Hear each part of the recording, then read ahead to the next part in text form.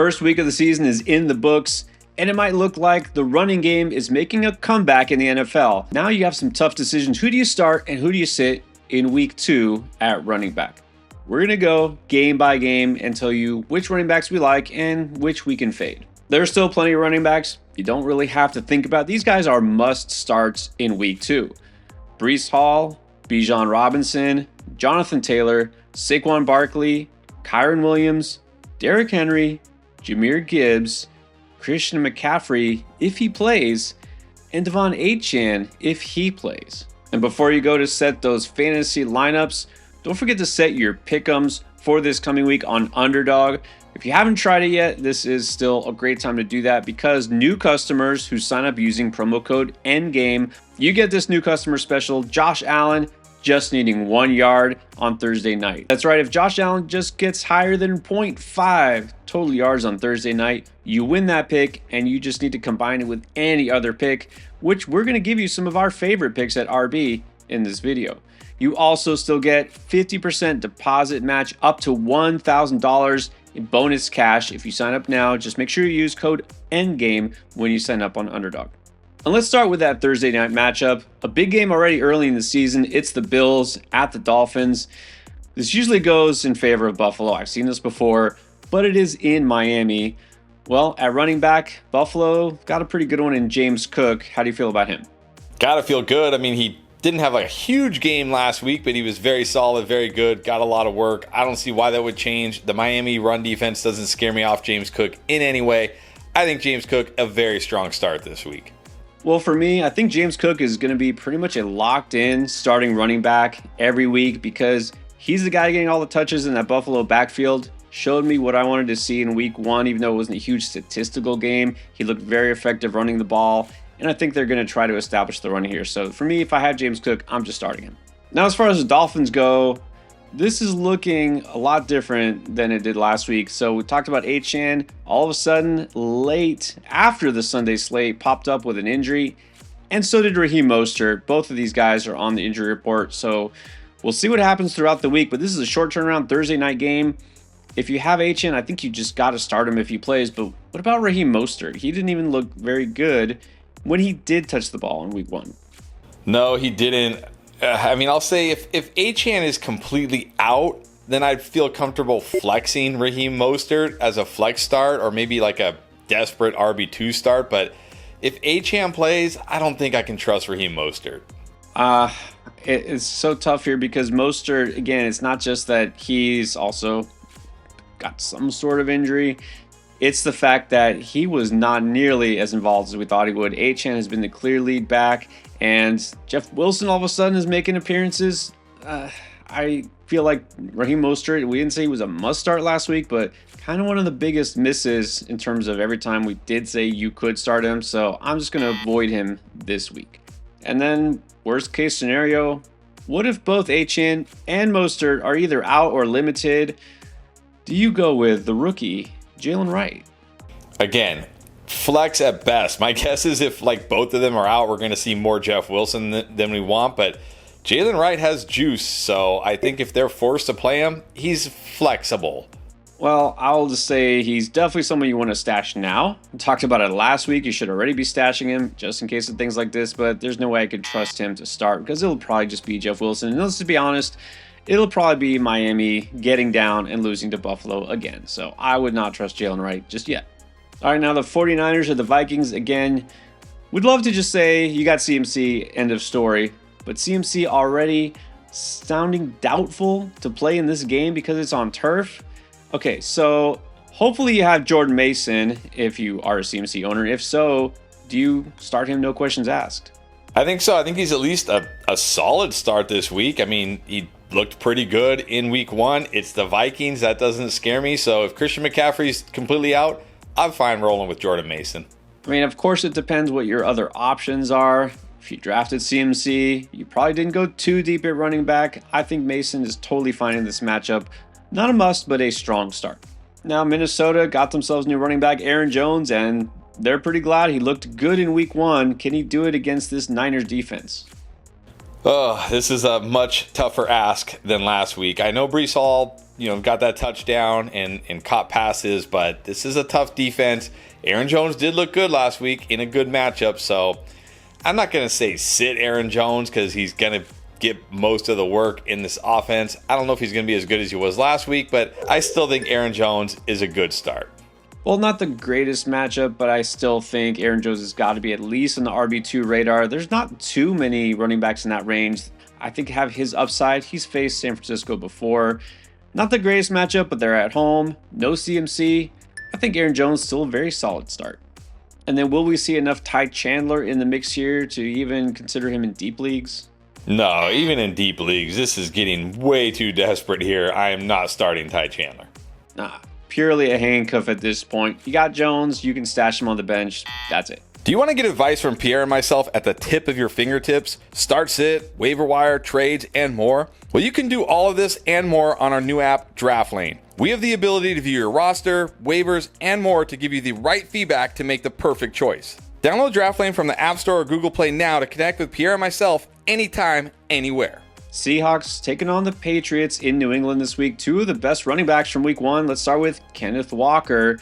I mean, looking kind of like we predicted, might be an RB1 in fantasy this year. Do you have to roll him out? I mean, how can you not after what we saw last week? This is definitely a tougher matchup against this Patriots defense, but how do you bench Kenneth Walker? A very strong start this week. Well, I'm starting Walker wherever I have him. Guy that I've been big on this draft season. Nothing about this matchup would possibly put me off of him. Gotta start him. And Zach Charbonnet really wasn't that involved. He did score a touchdown. Maybe against the Patriots. Maybe. Nah, I mean, yeah, he scored a touchdown on that pass where the Broncos completely forgot he was on the field. Not banking on that again. I'm not starting Zach Charbonnet. No. And neither am I. I mean, handcuff only still at this point until we see him get even remotely more involved. On the other side, Ramondre Stevenson had a monster week, helped take down the Bengals. Can he do it against the Seahawks? I don't know if he can be quite that good, but I think Ramondre is going to be good. I think Seahawks run defense better than last year, but I don't think they're an elite shutdown run defense. Ramondre looked good last week. It would be hard to bench him unless you had really good options, so I think he's a solid start this week.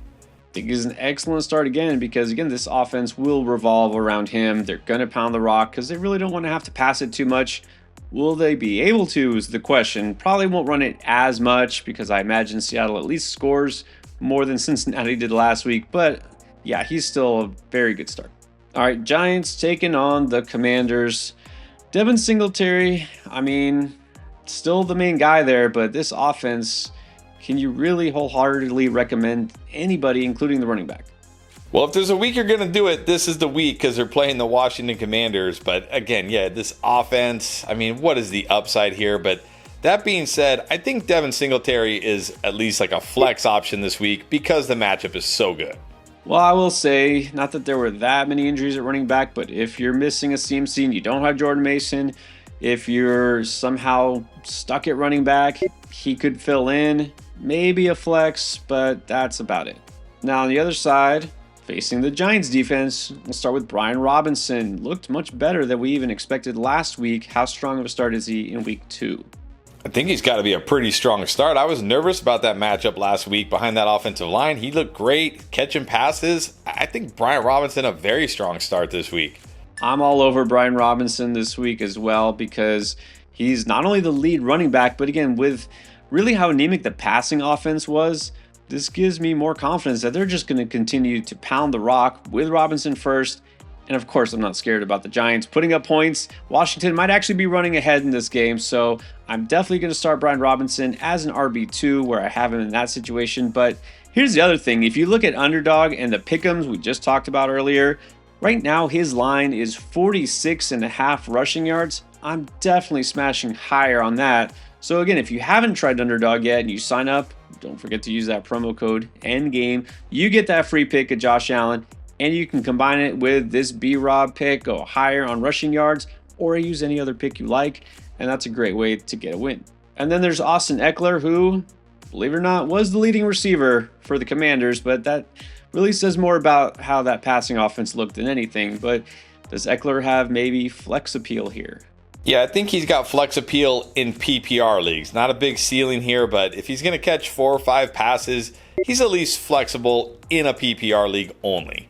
Yeah, I think we can admit the Eckler of old is pretty much gone. He's going to be just a third down back, a few catches here and there. So if you're looking for a floor in a PPR league, I guess he can give it to you. But I wouldn't start him if I have somebody with more upside. Chargers at the Panthers, a team that you know wants to run the ball. But did we know that J.K. Dobbins would, first of all, be one of the leading rushers in the NFL after week 1, and number 2, be, well, pretty close to what the old J.K. Dobbins was? What are we doing? I know a lot of people are picking up J.K. Dobbins. Are you just rolling him out in your starting lineup? I mean, I want to just say yes, because it's the Panthers, and they just made Alvin Kamara look like the 2018 version of Alvin Kamara. But also, I don't want to just get carried away here and say, oh my gosh, you have to start J.K. Dobbins this week. But it is a good matchup. He does have that long, big play potential. So I'm not going to say a strong start, but I think he's startable this week. Yeah, it is tricky because, I mean, honestly, if you have J.K. Dobbins, it's either because you just picked him up or you had him on your bench. Is he really one of your top 2 running backs on your roster right now? You might think so. Again, don't bench a guy who had a disappointing week 1 but is still a stud. But if you want to start him and you want to throw him maybe in your flex spot, go ahead. Now, a lot of people want to throw Gus Edwards off of the bus because he looked bad in week 1. Is it too soon to give up on him? And if you do keep him, could you consider starting him? I think it's too soon to give up on him, but I don't think it's too soon to bench him. I mean, if you want to say like, hey, after last week, I'm not doing it again, totally fair. I'm going to probably sit Gus Edwards this week, and this will probably be the week where he scores 2 touchdowns. Yeah, honestly, just as nervous as I would be to start Dobbins, I'd be nervous to bench Edwards and then see what he does. But yeah, I mean, again, Edwards probably wasn't one of your top 2 running backs. I'm okay benching him until he shows something in this new offense. Now in Carolina, nothing was working, including the running game. So what do we do with Chuba Hubbard? I'm not starting Chuba Hubbard.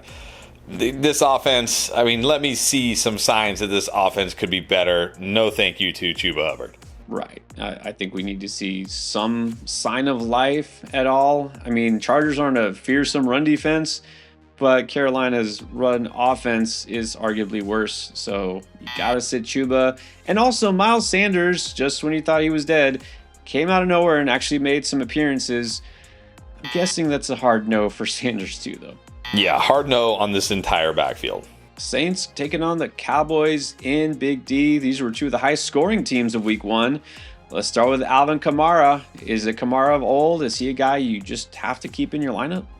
I mean, I don't really see how you bench Alvin Kamara, but this is not necessarily a great spot for him. I know Jerome Ford did come through last week, but that was a garbage time touchdown basically. But Kamara looked good last week. He's getting the touches here. I think he's still a solid start. Yeah, hard not to put him in your lineup. Again, getting all the touches in that backfield. Probably won't score nearly as many points this week, but he still gets you that floor in PPR, getting catches, touchdown upside, so still a good start. And then in Dallas, well, I guess Zeke Elliott is the starting running back in Dallas, at least technically. Did score a touchdown. Does he have fantasy value? I mean, this is a really tough matchup against the Saints defense. I'm not starting Zeke in any PPR league, but in a non-PPR league or a touchdown-only league, he could fall into the end zone. But outside of that, I'm not starting Zeke. Yeah, I still don't want to start him because it's not like he had a great performance there. Let's face it, the Browns struggled to do anything. The Cowboys were running ahead all game. Sure, your 3rd, your 4th running back, you shouldn't have to start Zeke this week. And then now the question with Rico Dowdle isn't do you start him, it's do you even roster him still? Yeah, I mean, he's definitely droppable in more shallow leagues, but definitely don't start him. No. I mean, I would think that week 1 would have been his chance to shine. I guess they're just going to roll with Zeke until the wheels fall off, so you can probably drop Rico. Colts taking on the Packers. If you got Jonathan Taylor, no sweat. If you got Josh Jacobs, it's a little different now because this team is missing its starting quarterback. Malik Willis might be the starter. What does that mean for Jacobs? Yeah, I mean, maybe the upside is capped a little bit. Maybe he won't get, as many chances to score necessarily, but I still like Josh Jacobs this week. The Colts just got, run all over by Joe Mixon. Jacobs looked good last week in the second half after a slow start. I think if you got Jacobs, he's a solid start. I'm going to agree here because it could go really one way or the other. I mean, maybe the Packers are just so bad on offense with Willis that, they don't have a chance to run the ball with Jacobs, or they could just continue to pound the rock as much as possible so that they don't have to pass it, and maybe just through sheer volume, Jacobs has a big game. So for the most part, he's still a pretty good start. And then the RB2 in Green Bay is Emmanuel Wilson, guy who was largely ignored. Did have a couple of nice plays last week. Any chance here for fantasy value? Nah, this is getting too deep. I mean, you're hoping for, I don't know, he falls in the end zone or he just rips off some long run for a score. Way too desperate here, not starting him. Yeah, this is getting deep. I don't know how many teams are even rostering Emmanuel Wilson, but nobody should be starting him. All right, Browns at the Jaguars. Start with Jerome Ford. Looked like a great pick last week.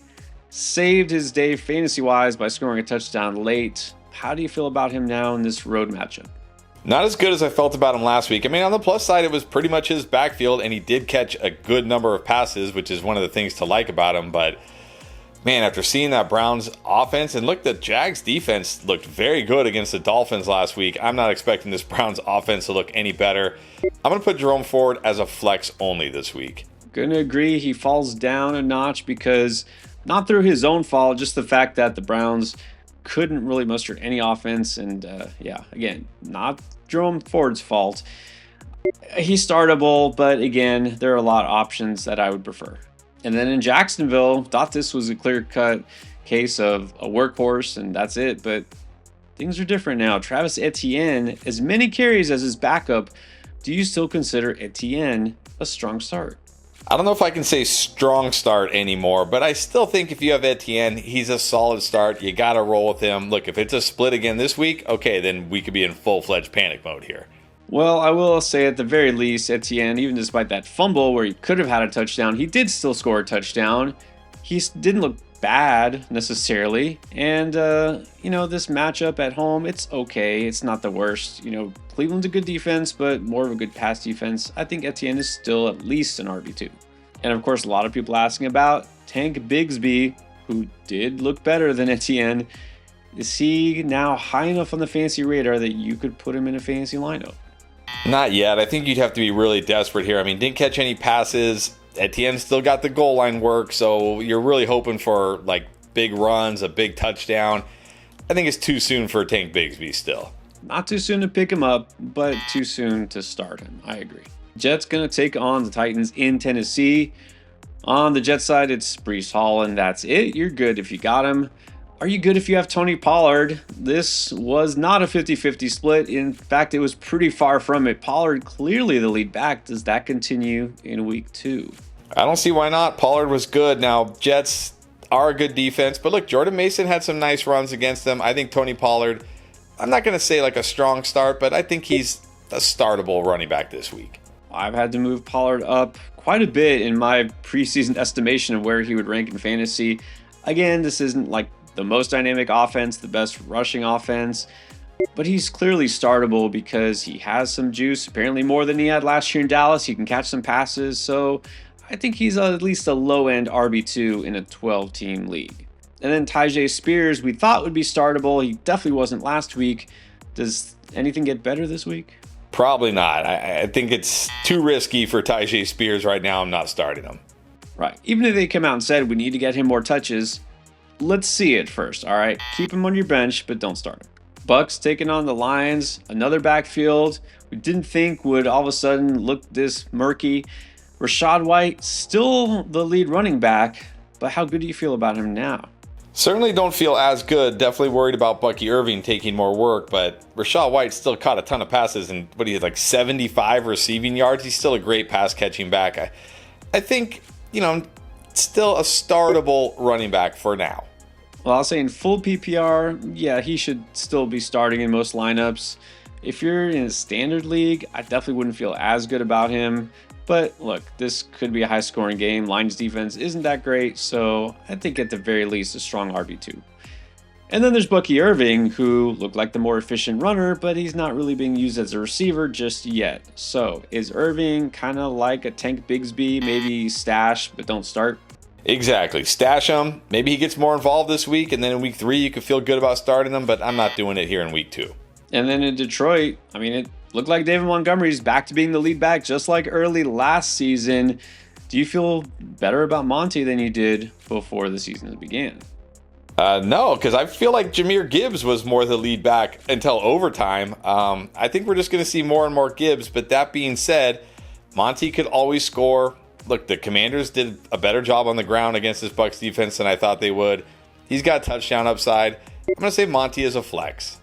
Yeah, there aren't too many teams where you have two running backs that are startable every week, but Detroit is one of them. Monty could always score. I put him in the RB2 range. Definitely a good start. Raiders at the Ravens. Well, one of the big L's, I'll just go out and take now. Zamir White did not perform in week 1. He did show a couple of times some burst and some good runs, but he wasn't even the guy out there the most. So what do you do with him in week 2?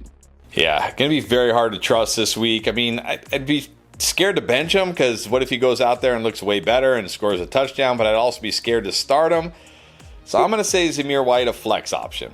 I'll go flex, but again, this matchup at Baltimore, not a great start for him, and I'm worried about the game script here. Maybe we see even more Alexander Mattison as the guy who was the pass catching back, so I call him maybe a nervous flex option this week. And then what about Alexander Mattison? Did catch that touchdown, was out there for more snaps than Zamir White.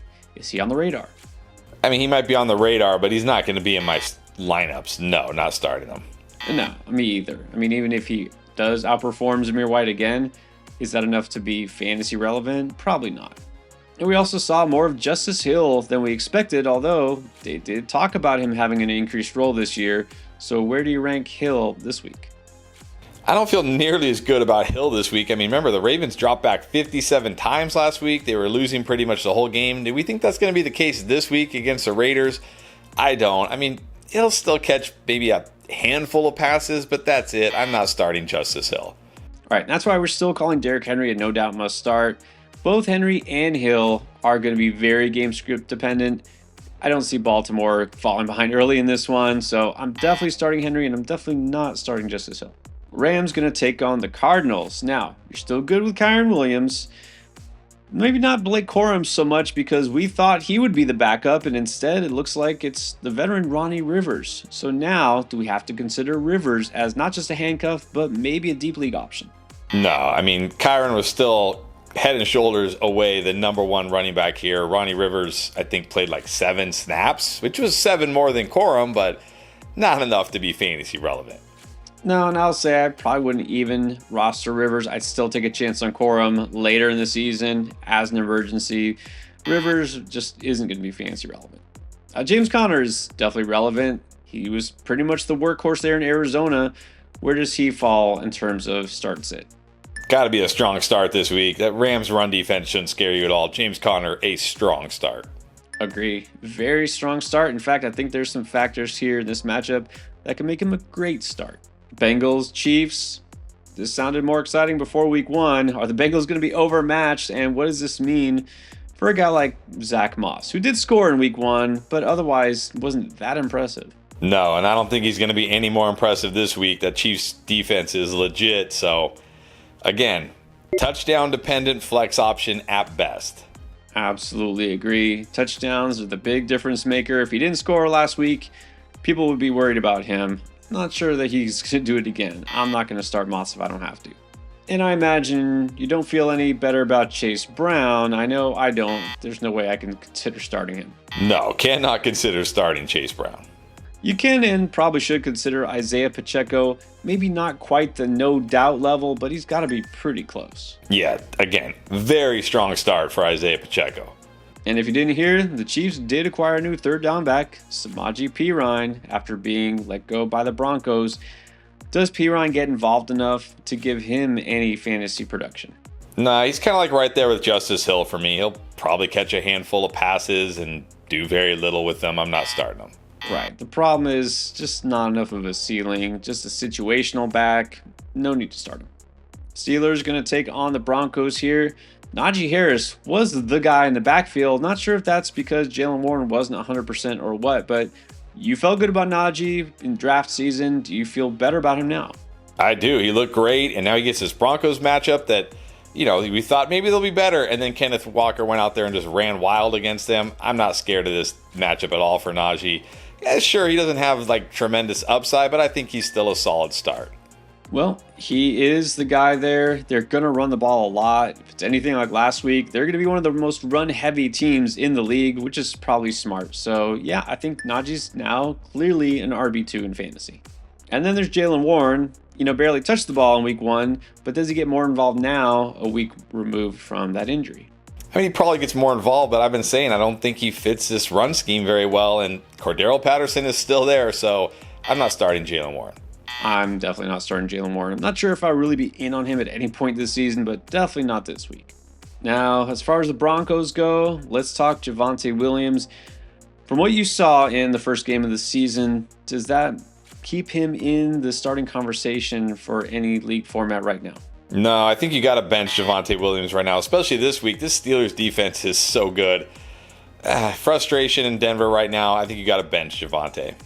Agree. We're going to have to see more. My main concern, although, not in this matchup, I'm not worried that the Steelers are going to go up big or anything like that. But is Denver ever going to be running ahead in games? I think Javonte is better, but not good enough. He's really just an RB3 desperation flex. And then Jaleel McLaughlin. He's the guy catching those dump offs. Is that enough? No. If I can't start Javonte, I can't start Jaleel. No thanks. Agree. It was a lot of hype for some reason in some circles around Jaleel McLaughlin. Maybe it happens, but right now he's strictly a bench player. Bears at the Texans. Well, it's definitely DeAndre Swift backfield, but that wasn't worth a whole lot in week 1. That Bears offense just didn't do much, period. Is it better, and is Swift better against the Texans? The answer is probably yes to both, but I still don't know if it's going to be better enough for me to trust Swift in my lineup. I'm going to sit DeAndre Swift this week. Might take some time for this offense to really get going, so I think Swift gets more touches, better, but like you said, probably not good enough here. He's just a risky flex. And then Joe Mixon all of a sudden looked like the best version of Joe Mixon we've ever seen. Maybe this is exactly what he needed to go to this Houston offense. Is Joe Mixon a no-doubter? I'm not going to say a no-doubter. Look, Bears defense, very good. This is a much tougher matchup for him, but still, he's the lead back in this Texans offense. He's a strong start. Yeah, I'm not completely sold yet, but after the way he looked in week 1, how can you not start him in week 2? So if you got him, put him in there. And then on Monday night, Falcons, Eagles, you got Bijan Robinson, you got Saquon Barkley. There's no thinking about it. Does Tyler Algier, though, have any path to relevance? Falling into the end zone. That's pretty much it. I'm not starting Tyler Algier. Well, the only reason you should need Algier is if something really bad happens late in the week to Bijan Robinson, which hopefully doesn't. Other than that, he's just a handcuff. We got start-sit advice, plus so much more to help you win in week 2 and keep it going for fantasy football this season. Check out our playlist right here.